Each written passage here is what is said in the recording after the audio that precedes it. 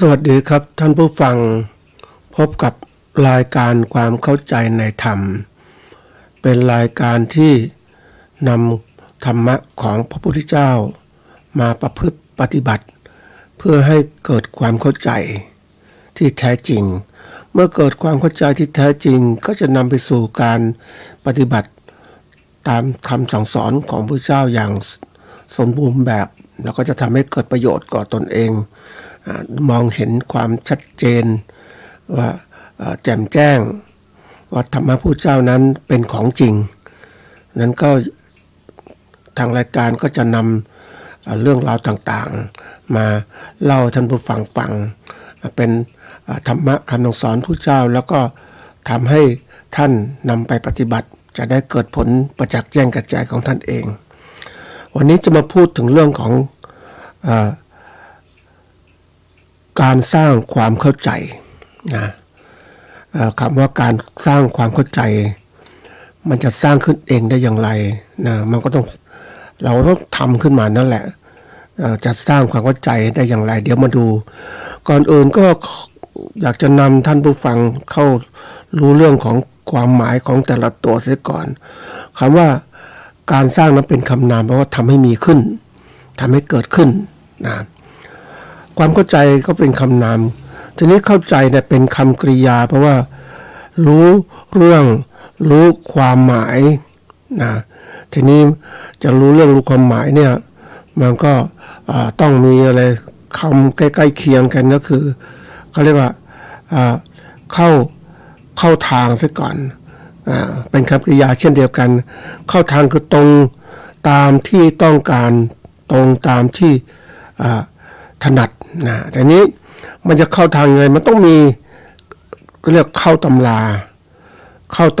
แปลว่าถูกแบบแผนตรงตามแบบที่เคยมีมานั้นตำราเนี่ยอย่างพุทธศาสนาในการวัดพุทธศาสนาเนี่ยก็ต้องมีตำรานะคำสั่งสอนที่บันทึกไว้ในพระไตรปิฎกนะอันนี้ทีนี้เมื่อเราเข้าแล้วเนี่ยเข้าตำราแล้วก็เข้าที่เสียเข้าที่คือนั่งภาวนากรรมฐานอย่างนี้เป็นตัวอย่างเนาะเข้าที่ทีนี้มันก็ปฏิบัติไปไม่ว่าจะลงมือปฏิบัติเข้ากรรมฐานหรือลงมือทำทุกอิริยาบถต่างๆเนี่ยเรานำธรรมะพุทธเจ้าไปใช้มันก็ทำให้เกิดอะไรขึ้นมาเกิดการเข้าถึงคำว่าเข้าถึงคือเป็นคำกริยาว่าเข้าใจอย่างซาบซึ้งนะมันตรงความจริงตรงเนี้ยถ้าเรามีการปฏิบัติแล้วมันก็ก็เรียกเข้าที่เข้าทางเข้าตำราแล้วก็เข้าถึงนี่เองมันจะเกิดขึ้นในความหมายของการสร้างความเข้าใจเนี่ยก็คือว่าการทำให้มีขึ้นกับความเข้าใจก็คือด้วยการปฏิบัติการปฏิบัติเท่านั้นแหละไม่ใช่ว่าคนเราเนี่ยก็บางทีก็บอกว่าศึกษาเยอะนะคือปฏิบัติคือการหาความรู้ของคนนะท่านผู้ฟังคนหลายคนก็หาความรู้ด้วยอะไรด้วยการที่ศึกษาซะก่อนศึกษาทีนี้คนศึกษามากเนี่ยบางทีก็บอกว่ามันก็ได้ความรู้นะท่านผู้ฟังศึกษาเนี่ยการเจริญงอกงามของความรู้มันก็เกิดอะไรเกิดขึ้นก็เรียกว่าเกิดความรู้มากขึ้นทีนี้มันมากขึ้นมันก็ต้องไปค้นคว้าต่างๆเรื่องราวต่างๆที่มีมากขึ้นมันค้นคว้าไปเรื่อยไปทีนี้มันก็มีการค้นคว้าประเภทที่เรียกว่าอย่างทบทวนวรรณกรรมเรื่องราวต่างๆอยากจะทำนู่นทำนี่ก็ค้นอยู่นั่นแหละหมดแต่ค้นแล้วก็คว้ามาแล้วก็มาทำความเข้าใจด้วยตัวเองก็คิดว่านี่ถูกแล้วนะก็มันก็หมดเวลาไปการศึกษาค้นคว้าในการหาความหมายหรือความเป็นจริงต่างๆแต่มันก็หมดเวลาว่าเวลามันน้อยอ่ะการปฏิบัติเนี่ยมันต้องการใช้คือเราจะเข้าถึงความจริงก็ต้องปฏิบัติบางอย่างเนี่ยเขามีการทดลองแล้วปฏิบัติแล้วเราก็ไม่ต้องทำใหม่แล้วต่อเลยอย่างพุทธเราได้พ่อแม่ครูบาอาจารย์ดีก็ต่อยอดตามที่พ่อแม่ครูบาอาจารย์สอนมามันก็ทำให้ลัดขั้นตอนขึ้นนะมันเป็นลัดขั้นตอนมันตรงไปสู่ความสำเร็จที่แท้จริงทีนี้ถ้าคนได้พ่อแม่ครูบาอาจารย์ที่สอนผิดสอนอะไรต่างๆหรือตลอดเวลาที่เขียนผิดไม่ได้เป็นเขาเรียกฉบับดั้งเดิมมันเป็นออริจินอลเนี่ย นะมันดั้งเดิมเนี่ยมันสำคัญมากมันไม่มีผันแปรเหมือนเราได้สัจธรรมที่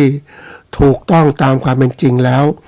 นะเราก็เอาสัจธรรมนั้นไปปฏิบัติเลยแต่ถ้าเราเผลอไปเจอสัจธรรมปฏิรูปขึ้นมา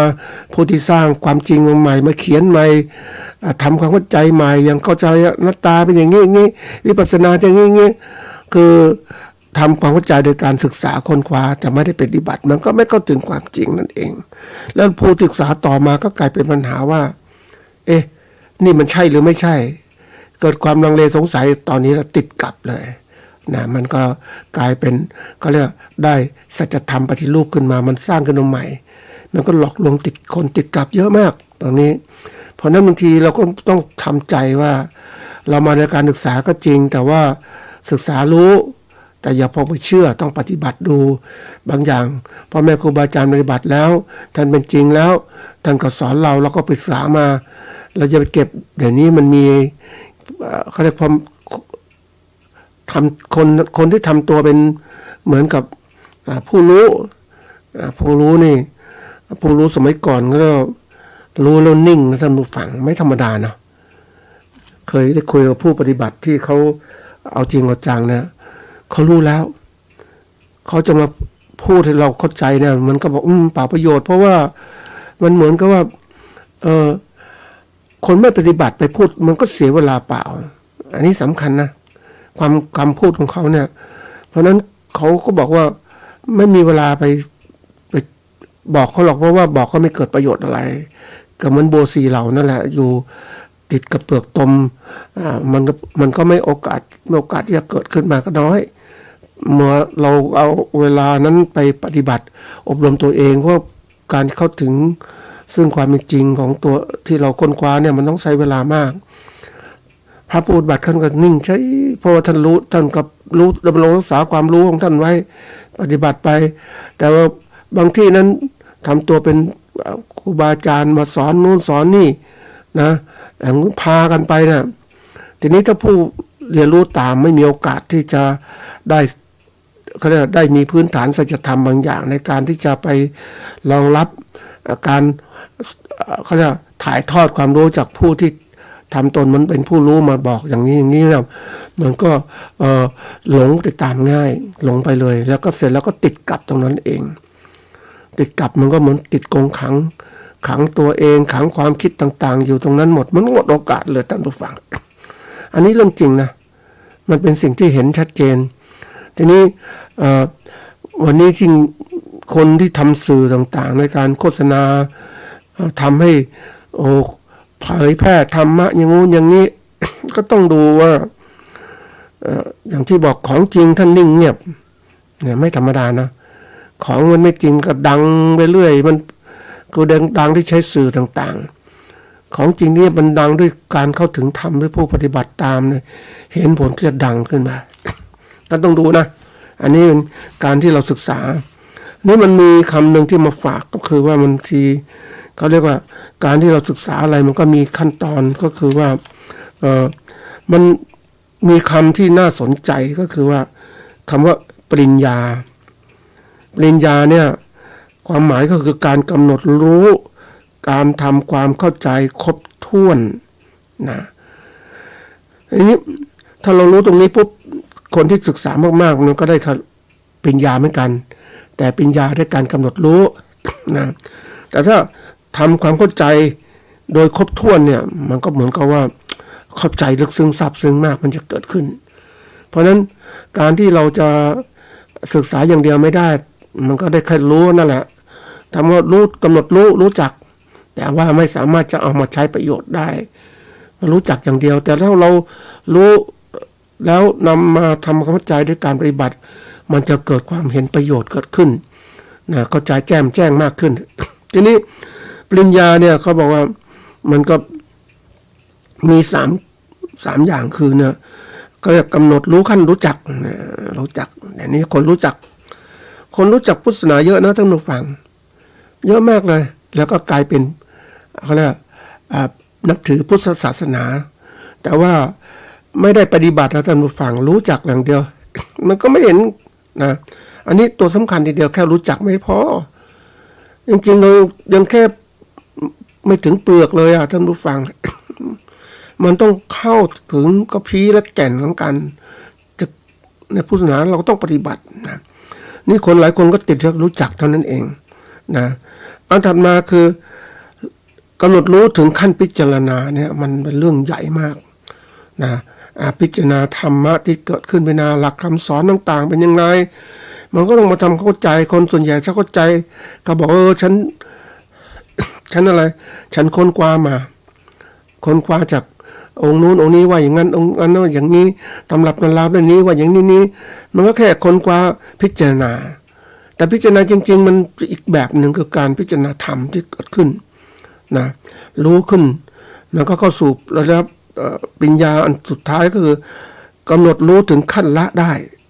การละได้ที่เกิดขึ้นอันนี้เป็นสิ่งที่เราต้องพิจารณาว่า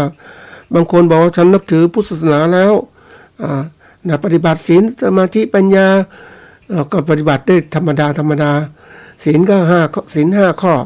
ผิดบ้างอะไรบ้างพร่องไปหมดก็มีสมาธิก็ทำบ้างไม่ทำบ้างไม่รู้ดูคือทำก็เดี๋ยวนี้เป็นงานศพนะท่านผู้ฟัง ขอให้ผู้เข้าร่วมงานทำจิตสงบนิ่ง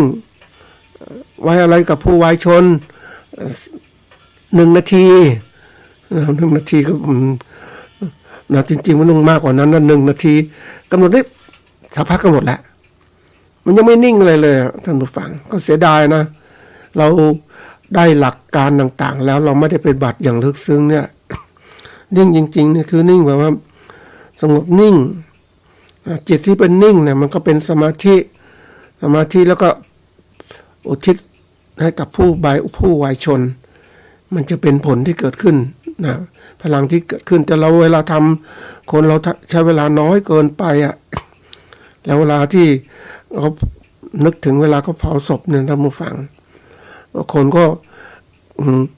รีบแล้วจัดการเผารีบตัดไปเลยนะแล้วก็เสร็จแล้วก็กลัวด้วยบางกลัวก็ไปล้างหน้าล้างตาต่างๆอย่างงู้นอย่างนี้แต่ถ้ามีใครไปดูบ้างว่าเฮ้ย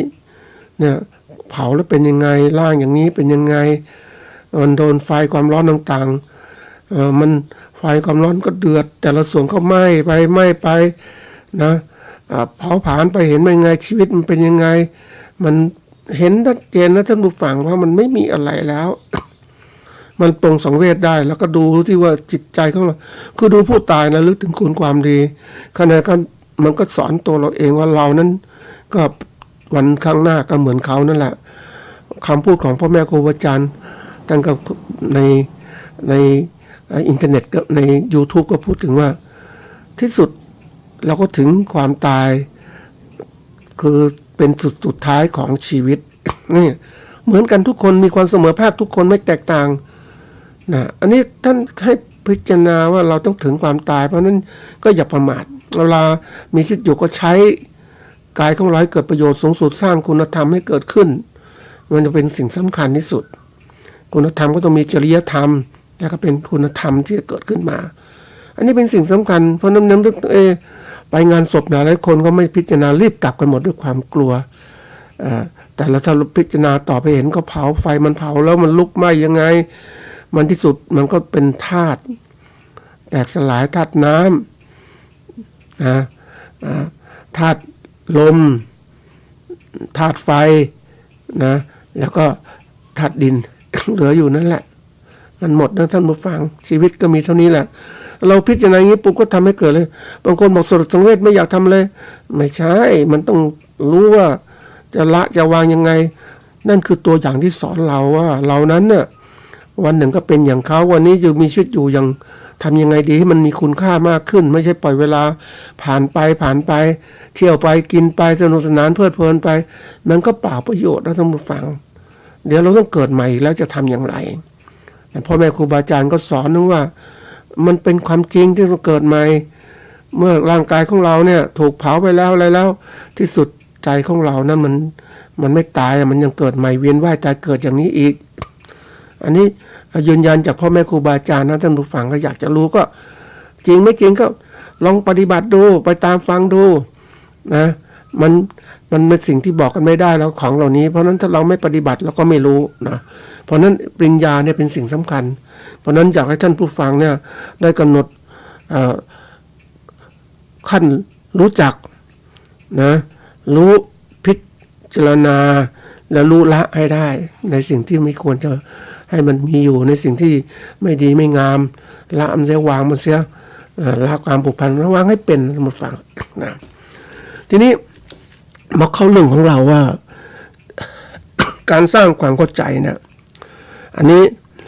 เป็นเรื่องจริงนะท่านผู้ฟังที่จะเล่าต่อไปนี้นะก็มีโอกาสก็คือเข้าไปคือสนใจปฏิบัตินะท่านผู้ฟังเราปฏิบัติก็ไปหาพ่อแม่ครูบาอาจารย์ทีนี้เราก็ไปกราบไปทำบุญต่างๆแต่แล้วก็จะมีโอกาสได้คือเก็บความรู้นะท่านผู้ฟังเวลาไปที่ไหนมันก็เก็บความรู้อะเก็บไม่ใช่เก็บธรรมดาเราเก็บโดยการสัมภาษณ์สัมภาษณ์พระที่เป็นลูกวัดเป็นไงหลวงพ่อสอนอะไรบ้างอันนี้พระที่มีพรรษาประมาณคืออยู่ที่นั่นไม่รู้พรรษาเท่าไหร่ละแต่อยู่มา12 ปี12 ปีเนี่ยบอกไม่ให้ได้เลยอ่ะไปอยู่เฉยๆก็อยู่เขาต้องก็สอนธรรมดาไม่เห็นมีอะไรก็ทำบุญกันก็เป็นอย่างนี้12 ปีไม่เห็นได้อะไรเลยโอ้โหทำไมอย่างนี้อันนี้คือไม่ได้เลยมันต้องคิดหนักทีเดียวนะเพราะว่าพระอาจารย์เจ้าวาดที่เป็นครูบาพ่อแม่ครูบาอาจารย์ก็เก่งนะเป็นพระที่เรียกอริยบุคคลแล้วอ่ะนะมีโอกาสสนทนาก็รู้ว่าไม่ธรรมดาแต่ทีนี้เราถามลูกวัดพระลูกวัด ก็ท่านก็บอกเนี้ยอันนี้เป็นวัดที่1นะมาถึงวัดที่2วัดที่2ก็อันนี้ก็อยู่เป็นวัดป่าเนี่ยก็องค์นี้ก็มาปฏิบัติอยู่10 กว่าปี10 พรรษาพ่อแม่ครูบาอาจารย์ก็เป็นพระอริยบุคคลละอันนี้ก็ถามว่ามีโอกาสได้ดูได้ไหมก็ดูเห็นท่านธรรมดาเนี่ยไม่มีอะไรนี่นะท่านก็สอนธรรมดาอย่างเนี้ยนะก็ไม่ได้อะไรเหมือนกันนะอันนี้ก็นักพิจารณานะไปวัดที่3วันนี้ไม่ได้ไปจริงนะอันนี้ได้ฟังท่านเล่าให้ฟังเป็นพระที่ไปปฏิบัติกับพ่อแม่ครูบาอาจารย์นะก็ได้อันนี้ท่านเล่าอยู่ใน YouTube นี่แหละก็ไปหาครูบาอาจารย์นะก็ปฏิบัติท่านครูบาอาจารย์ก็เป็นพระอริยบุคคลนะท่านผู้ฟังก็ท่านเป็นพระปฏิบัติทีนี้การปฏิบัติของท่านเนี่ยท่านเป็นพระที่ว่าดูแลพ่อแม่ครูบาอาจารย์นะก็ไปเก็บเป็นพระรับเป็นพระทำเรื่องทำนี้ให้พ่อแม่ครูบาอาจารย์นั่นแหละนี้ก็มีหน้าที่ทำทุกอย่างหมดเลยนะอันนี้พ่อแม่ครูบาอาจารย์ท่านก็สังเกตว่าพ่อแม่การปฏิบัติท่านฉันก็ไม่มากอะไรไม่มากปฏิบัติจริงจังทีนี้มีโอกาสเข้าไปดูในกุฏินะก็ไปดูแลจัดการก็คือท่านก็ทำทุกอย่างวันหนึ่งก็มีโอกาสถามมาพ่อแม่ครูอาจารย์ทำไมไม่มีที่นอนเหรอมีแต่ที่นั่งอย่างเดียวนะแล้วจะทำยังไงไม่นอนลำบากนะคือท่านถามท่านสังเกตเนี่ยท่านก็ถามเพราะปกติคนต้องนอนเป็นพระปฏิบัติก็ต้องปฏิบัติแต่ว่านางบัตรก็มีแต่นี่ไม่มีที่นอนนะก็เลยถามว่าทำไมท่านไม่มีตรงนี้พระแม่ครูบาอาจารย์ก็บอกก็นอนมาเยอะแล้วทุกชาติก็นอนมาเนี่ยนะนอนจนมันก็เหมือนกับว่ามันทำมานานแล้วนะไม่อยากนอนแล้วพอละเราปฏิบัติเอานี่ก็สังเกตที่เล่าท่านผู้ฟังเนี่ยก็คือว่า การสอนของพ่อแม่ครูบาอาจารย์นั้นนะท่านก็สอนการสอนของท่านเนี่ยไม่ธรรมดานะถ้าท่านสังเกตให้เป็น การสอนของท่านเนี่ยก็มีทั้งการเทศนะคือการปฏิบัติการสอนสั่งนี่แหละนะอันนี้ธรรมดาที่คนเห็นแต่สิ่งหนึ่งที่จะเห็นก็เราทำเป็นผู้สังเกตได้ดีก็คือว่าท่านไม่ได้สอนโดยการที่ว่าจะมาบอกเบิกอะไรหรอกท่านทำตัวให้ดูในการที่จะเป็นพระเรียกสงฆ์สาวกของพระเจ้าปฏิบัติอย่างไรนะท่านปฏิบัติจริงๆทั้ง2-3 รูปนี่นะปฏิบัติตามคำสอนพระเจ้านะก็มุ่งมองปฏิบัติทีนี้ผู้ที่จะศึกษาเอาพ่อแม่เป็นครูบาอาจารย์เนี่ยก็ต้องเป็นผู้ที่สังเกตให้เป็นรับความรู้ให้เป็นและพิจารณาต่างๆพ่อแม่ครูอาจารย์บางที่ก็ดุมากต่างๆเพื่อความเอาใจเอาจริงเอาจังบางที่ก็ไม่ดุเพราะรู้จิตรู้ใจลูกศิษย์ลูกหาว่าเป็นพระอย่างนี้ท่านก็ปล่อยแต่ทีนี้ถ้าเราเป็นพระปฏิบัติเนี่ยเราต้องดูทำไมท่านทำอย่างนี้ท่านปฏิบัติอย่างเรียบง่ายเป็นพระที่แบบสันโดษตามที่พระเจ้าทรงสอนนะแล้วก็ปฏิบัติตามหลักธรรมะเลยตามพระวินัยต่างๆนี้ถ้าเราคือถ้าคนที่สังเกตได้นะจะต้องเป็นผู้ที่เรียกว่าปฏิบัติด้วยถ้าไม่ปฏิบัติก็ไม่เห็นผลไม่เข้าใจเหมือนที่เราต้องมีพื้นฐานนะท่านผู้ฟังว่าในบางสิ่งบางอย่างเนี่ยนะเราจะเข้าใจได้ก็ต้องมีความรู้พื้นฐานภาคปฏิบัติก็ต้องปฏิบัติเราก็ต้องปฏิบัติพื้นฐานให้ได้ระดับขั้นต้นขั้นกลางขั้นละเอียดต่างๆเพราะฉะนั้นถ้าเราไม่ปฏิบัติพื้นฐานมันก็ไม่เข้าใจต่อยอดไปมันก็ติดอยู่แค่นั้นแหละทีนี้ที่ถามว่าทำไมคนไม่ถามครูบาอาจารย์ถ้าพระบางองค์ปฏิบัติแล้วท่านรู้แล้วก็ไม่ถามอะไรนะ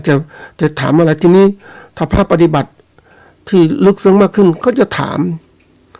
ว่าคือได้ปฏิบัติอย่างนี้แล้วผลเป็นยังไงนี้ใช่ไหมถูกต้องไหมก็เหมือนกับว่าเราเอง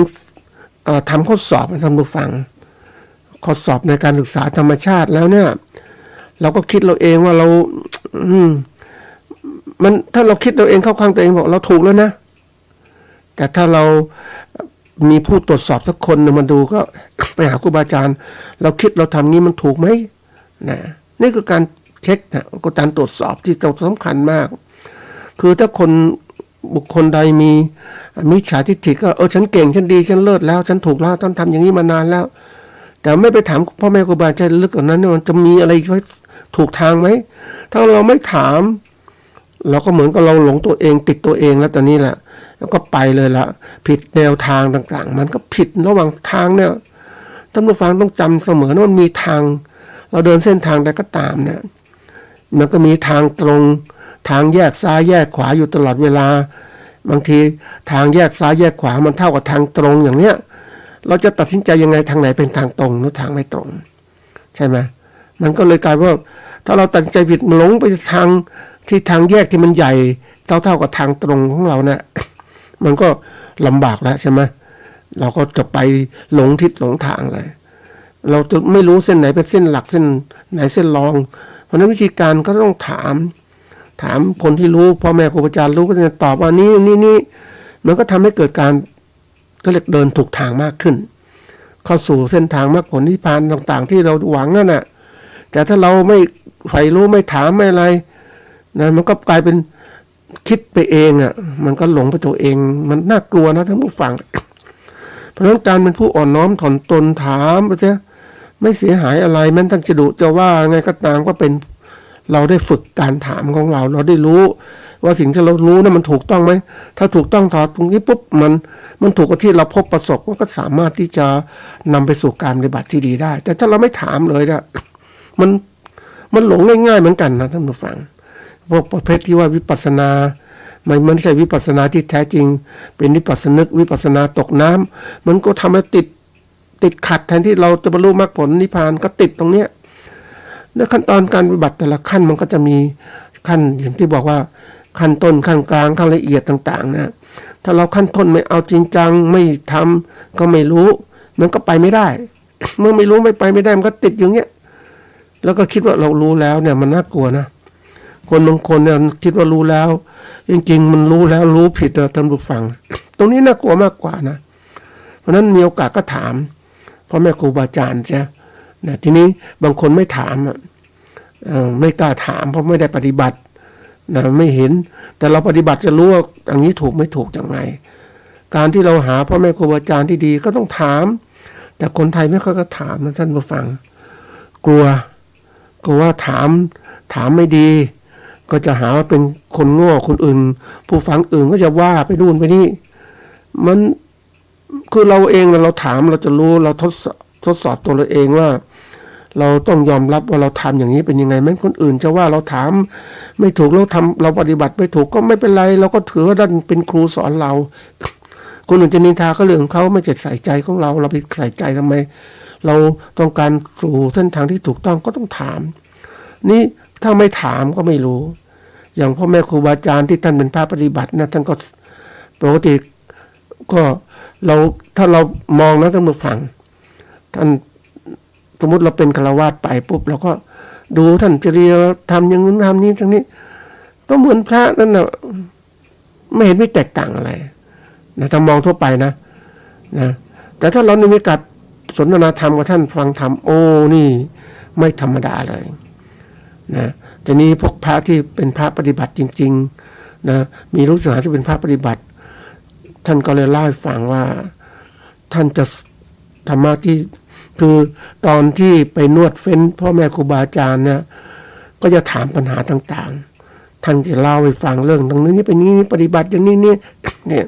มันถึงได้ไงท่านผู้ฟังความใกล้ชิดพ่อแม่ครูบาอาจารย์เป็นสิ่งสำคัญที่เรานั้นถ้าอยากจะได้ความรู้แจ้งเห็นจริงก็ต้องเลือกครูบาอาจารย์พ่อแม่ครูบาอาจารย์นะอย่าไปหลงเรื่องนี้มันมีอย่างที่กล่าวไว้ว่าบางครั้งอาจารย์เยอะมันขับขึ้นมาประเภทนี่ครับศัพท์เขาเรียกว่าเป็นเครือข่ายลูกศิษย์ผู้นิยมชมชอบต่างๆจริงๆพระผู้ปฏิบัติท่านไม่ได้เป็นงานท่านวางเฉยแล้วแต่ศีลสมาธิปัญญาของท่านแจ่มใสก็จะลูกศิษย์ลูกหาเข้ามาเองไม่ต้องไปนั่นหรอกแต่เดี๋ยวนี้มันมีการชักนำมันก็ทำให้คนหลงมันดีน่ากลัวนะท่านผู้ฟังก็จะถึงทำในปัจจุบันนี้ยากนะเพราะว่ามีกับดักเยอะมากกับดักเยอะมากในการที่ทำให้เรานั้นเข้าสู่ความเป็นจริงคือหาหลักธรรมสอนที่ถูกต้องจากพ่อแม่ครูบาอาจารย์แล้วก็หลงองค์นู้นเป็นพ่อแม่ครูบาอาจารย์องค์นี้เป็นพ่อแม่ครูบาอาจารย์นะมันก็กลายเป็นว่าไม่พ่อแม่ครูอาจารย์เหล่านั้นไม่ครูบาอาจารย์ที่แท้จริงแต่ท่านเกิดขึ้นมาโดยใช้สื่อต่างๆก็ทำให้คนหลงนะท่านผู้ฟังเนี่ยมันเป็นตัวที่เราต้องคิดนะท่านผู้ฟังเหมือนผู้ที่ได้ปริญญา9 ประโยคอย่างเงี้ยเราคิดโอเก่งจริงๆได้ปริญญาก็เก่งในเรื่องศึกษาท่านผู้ฟังแต่ปฏิบัติเนี่ยก็ยังนึกถึงพ่อแม่ครูอาจารย์ที่สอนว่าเอาอย่างเดียวเนี่ยเอาฝึกที่ใจของเราเนี่ยให้มันเป็นสมาธิมันเป็นวิปัสสนาต่างๆที่เกิดขึ้นอยู่ที่ใจของเรานะศีลก็อยู่ที่นี่หมดเลยนะไม่ใช่อยู่ที่หนูละไม่ใช่อยู่คือเทือกเขาเรากาต่างๆมันอยู่ที่ตัวเราเอาจริงเอาจังจะเห็นเอง ไม่ต้องศึกษาเยอะนี่คนนู้นติดกับศึกษามันก็เป็นการว่าติดกับดักเหมือนกันนะอันนี้ที่ยกมาเนี่ยก็อยากจะบอกก็คือว่าการที่เราจะเข้าสู่ความก็เรียกเข้าใจที่แท้จริงมันต้องปฏิบัติแล้วต้องได้กัลยาณมิตรคือพ่อแม่ครูบาอาจารย์ที่เป็นอริยบุคคลที่ดีมากๆสอนเรานะอย่างนี้หายากเหมือนกันนะต้องดูทีนี้จะดูรู้อย่างไรก็ต้องตัวเราด้วยต้องปฏิบัติถ้าเราไม่ปฏิบัติมันสื่อกันไม่ถึงนะท่านผู้ฟังมองก็ไม่ออกองค์นี้ดีองค์นี้ไม่ดียังไงแต่ถ้าเราสื่อถึงเหมือนทำไมได้มีโอกาสไปดูพ่อแม่ครูบาอาจารย์นั้นพระอริยบุคคลนั้นปฏิบัติถึงกันหมดเลยอ่อนน้อมถ่อมตนหมดเลยมันงามจริงๆนะท่านผู้ฟังยุคนี้ไม่ค่อยพบเท่าไหร่แต่ยุคก่อนๆเนี่ยพบมากความงามของการมีศีลมีธรรมการก็เรียกว่าถึงธรรมด้วยกันเนี่ยมันเป็นเรื่องที่พูดยากอ่อนน้อมทุกอย่างเคารพกันและกันที่เป็นสิ่งที่ไม่ใช่เคารพด้วยยศถาบรรดาศักดิ์เคารพด้วยธรรมจริงๆมันหายาก อันนี้ก็ต้องเราก็พึ่งตัวเองต้องรีบปฏิบัตินะท่านผู้ฟังว่าเรานั้นติดขัดอะไรรีบหาพ่อแม่ครูบาอาจารย์ที่ยังปฏิบัติอยู่ก็เข้าไปถามท่านติดอย่างนี้อย่างนี้เป็นยังไงนะเราก็ได้เราปฏิบัติมาถึงระดับหนึ่งต้องรู้ว่าท่านสอนอย่างไรด้วยคือไม่เราคือท่านสอนธรรมะชั้นสูงกว่าเราแต่เราไม่มีธรรมะที่รองรับเลยไม่ถึงขั้นต้นเลยอย่างเงี้ยมันก็ไม่เข้าใจเพราะนั้นเราต้องปฏิบัติ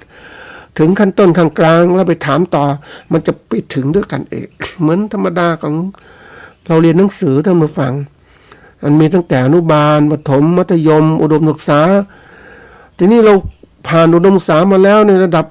นี้เราก็รู้ผู้ที่ตอบผู้ที่บอกเราเนี่ยมีความรู้ระดับไหนถึงอุดมศึกษาหรือไม่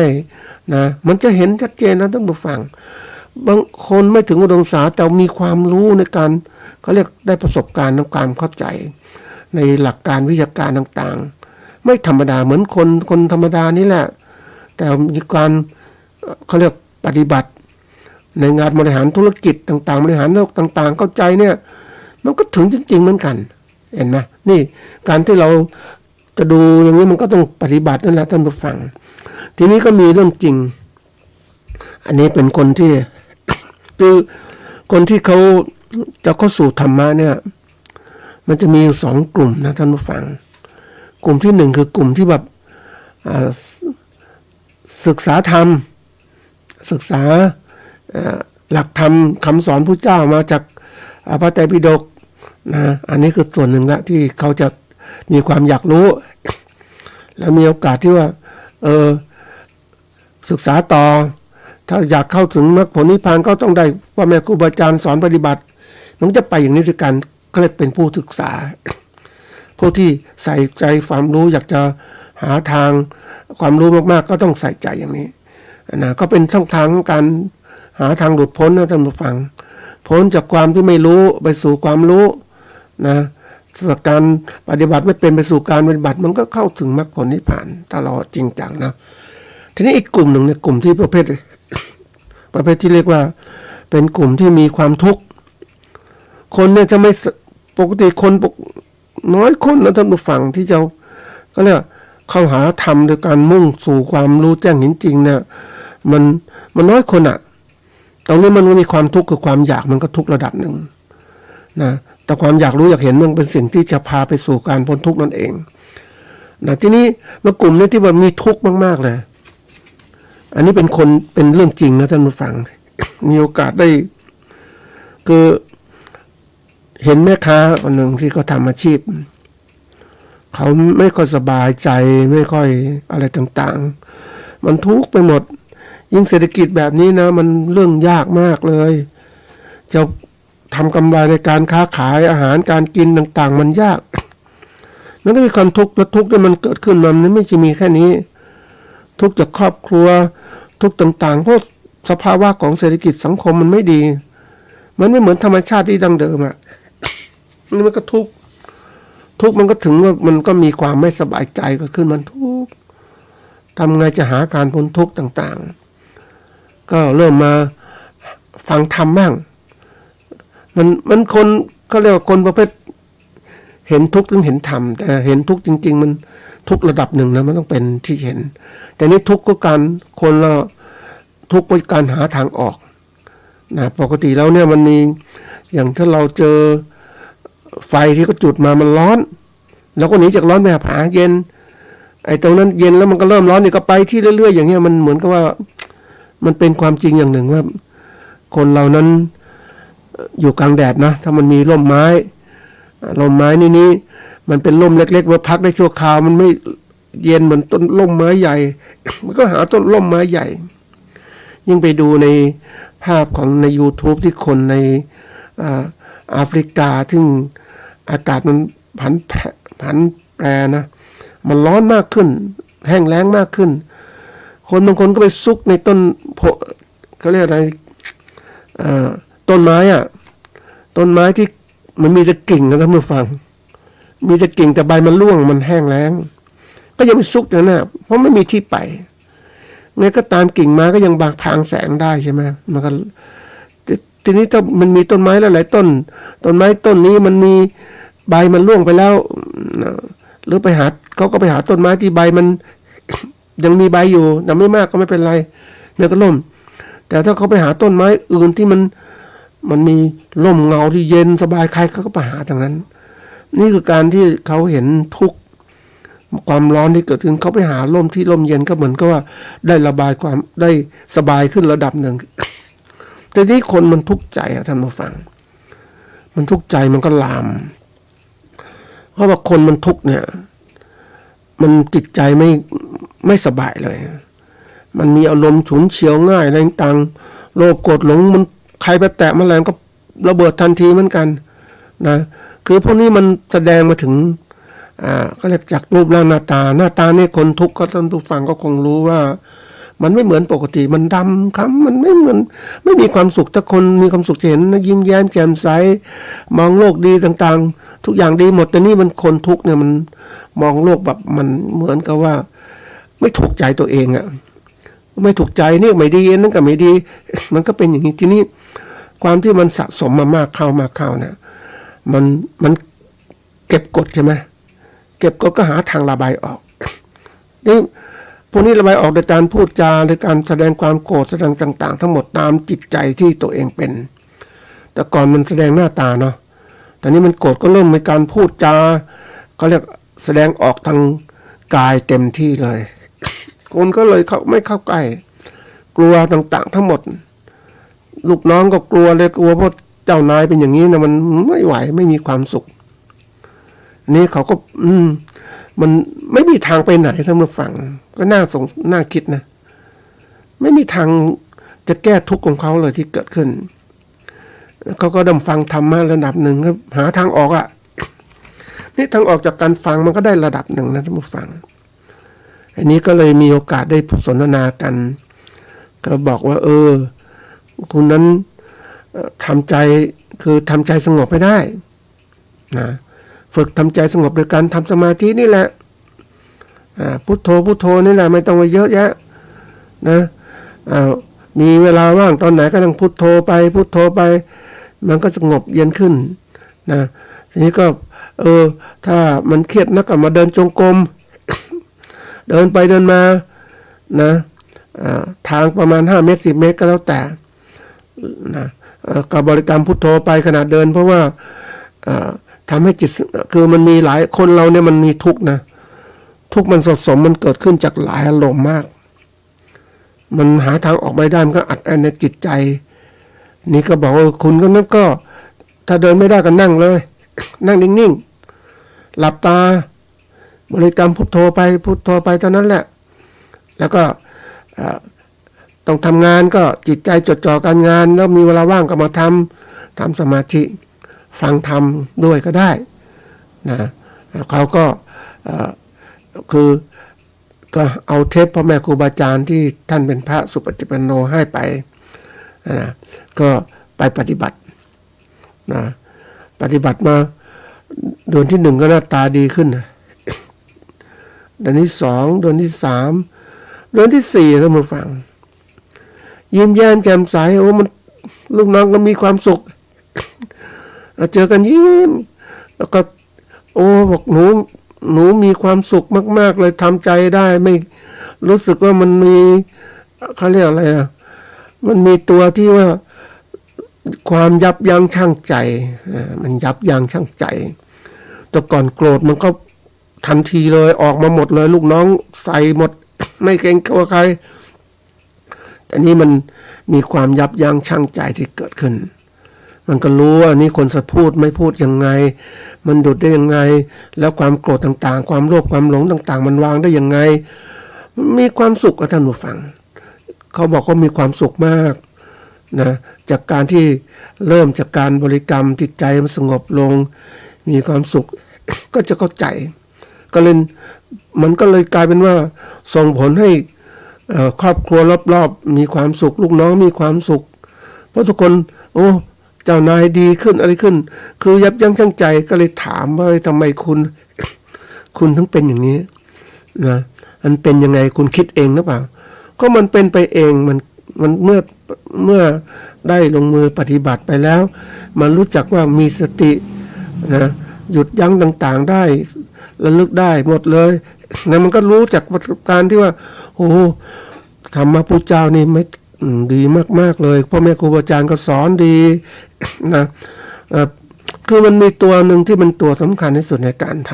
ำสมาธิก็คือสตินี่แหละเราฝึกสติสติคุมจิตนะจิตของเราเนี่ยคือผู้คิดผู้นึกในอารมณ์เดียวนะเมื่อจิตไปคิดนึกแล้วมันมีความสงบเกิดขึ้นสติก็มีความเข้มแข็งมากขึ้นปัญญาก็เกิดขึ้นตามมาปัญญามันเกิดขึ้นจากสติจดจ่อนี่แหละปัญญาเกิดขึ้นเพราะนั้นสติปัญญาก็รู้เท่าทันอารมณ์รู้ทันอารมณ์ทำให้จิตเป็นกลางมีความสบายยิ้มแย้มแจ่มใสมีความสุขไม่บอกว่าไม่เคยได้พบอย่างนี้มานี่ถ้าไม่ได้ตัวนี้ก็มันเหมือนกับคนบ้าเหมือนกันคนบ้าเนี่ยมันหยุดยั้งไม่ได้อยากจะคิดจะพูดอะไรนะอันนี้นี่คืออะไรนี่คือยกตัวอย่างให้ท่านผู้ฟังได้รู้ว่าคนเหล่านั้นเนี่ยนะเราจะได้ความรู้ที่แท้จริงก็ต้องมาการฝึกตัวเองนี่แหละ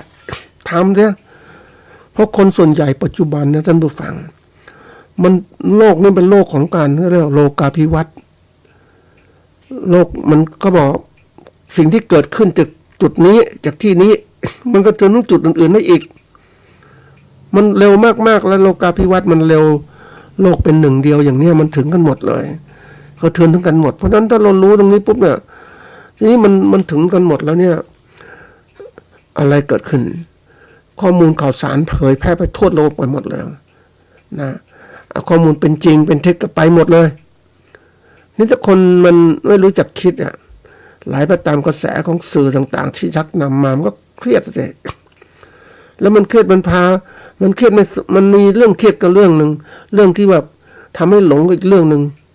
นะลืมเรื่องอื่นๆก็มีหลงไปเรื่องเหมือนกับว่าตัวอย่างเช่นเรามีความสุขกับการดูละครดูหนังมีความสุขมากเลยเพลินมันนะแล้วก็คือความสุขตัวนี้มันเป็นเรื่องที่ว่าต้องไปเสพอะอย่างดูหนังดูละครเนี่ยนะ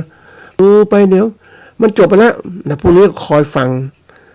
ในสมัยเด็กๆก็มีโอกาสที่ว่าสมัยก่อนก็เรียกว่าเป็นมีละครวิทยุนะท่านผู้ฟังก่อนวิทยุก็ฟังกันมันถึงตอนนี้แล้วมันจบลงก็มันจบก็แค่นั้นใช่ไหมแต่การฟังของเราเนี่ยมันฟังแล้วรับไปแล้วมันก็เป็นอารมณ์แล้วไปคิดพิจารณาว่าพรุ่งนี้มันจะเป็นอย่างนี้อันนี้เป็นอย่างนี้มันจะเป็นอย่างนี้ใช่ไหมหรือไม่เป็นอย่างนี้ใช่ไหมนะพระเอกนางเอกกำลังเป็นอย่างนี้ไหมหรือผู้ร้ายจะเป็นอย่างนั้นมันเกิดขึ้นจากการคิดต่อเนื่องจากการจบละครตอนนั้นก็ไปคิด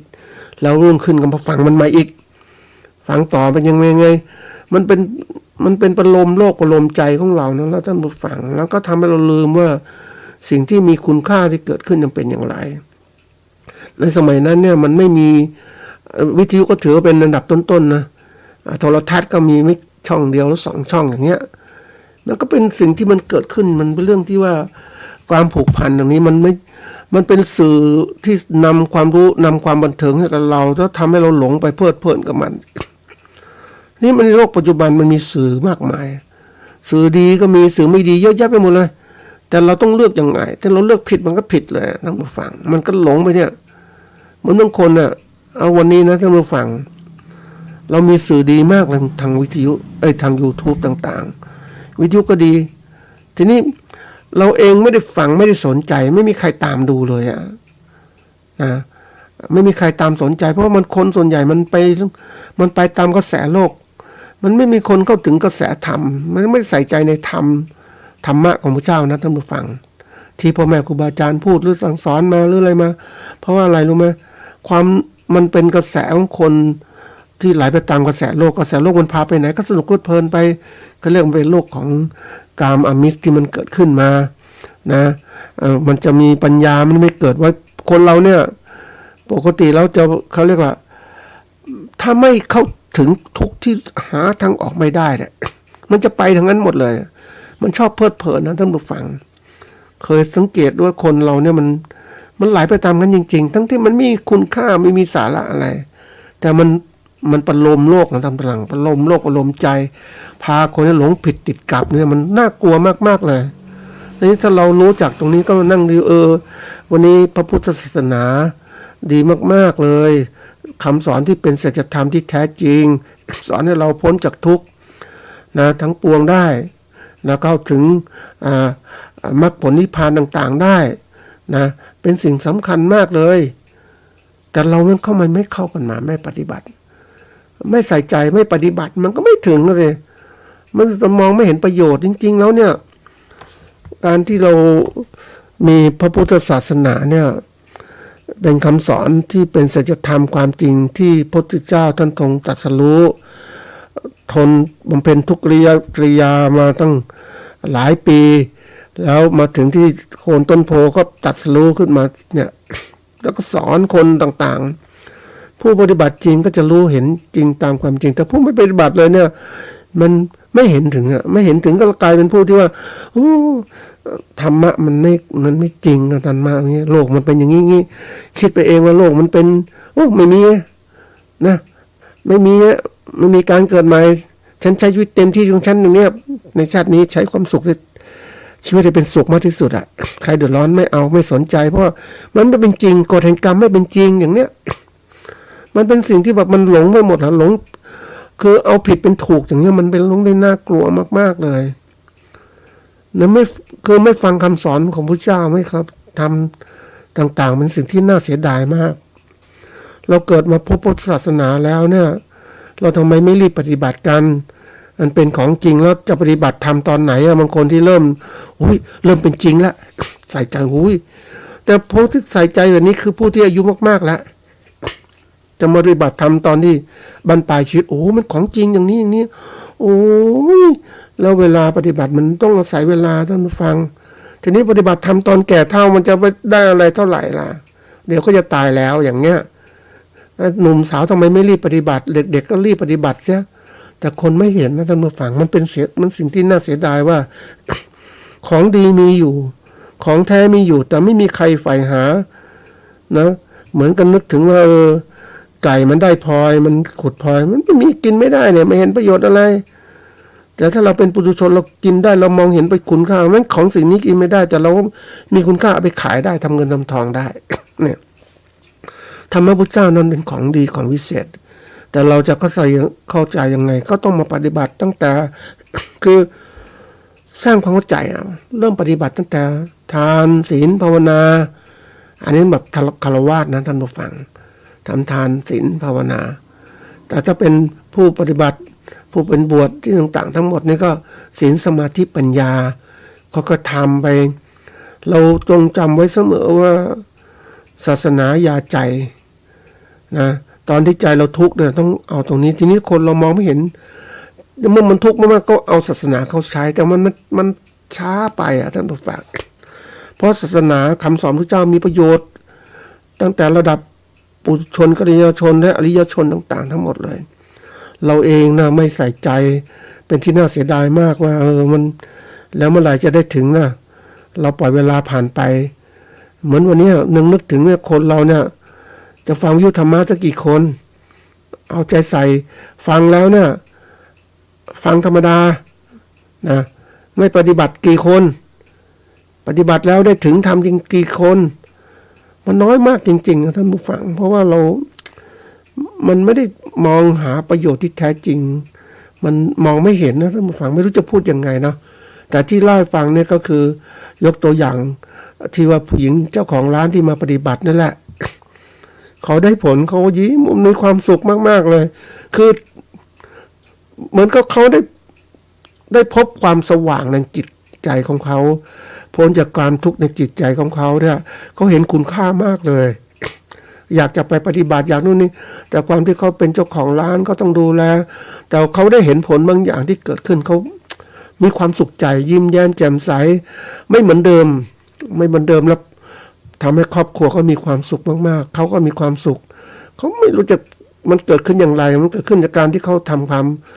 ปฏิบัตินั่นแหละมันเข้าใจที่ลึกซึ้งนั่นเอง ก็อยากจะฝากไว้ท่านผู้ฟังที่มีโอกาสปฏิบัติก็อยากให้รีบปฏิบัติเลยนะครับนะ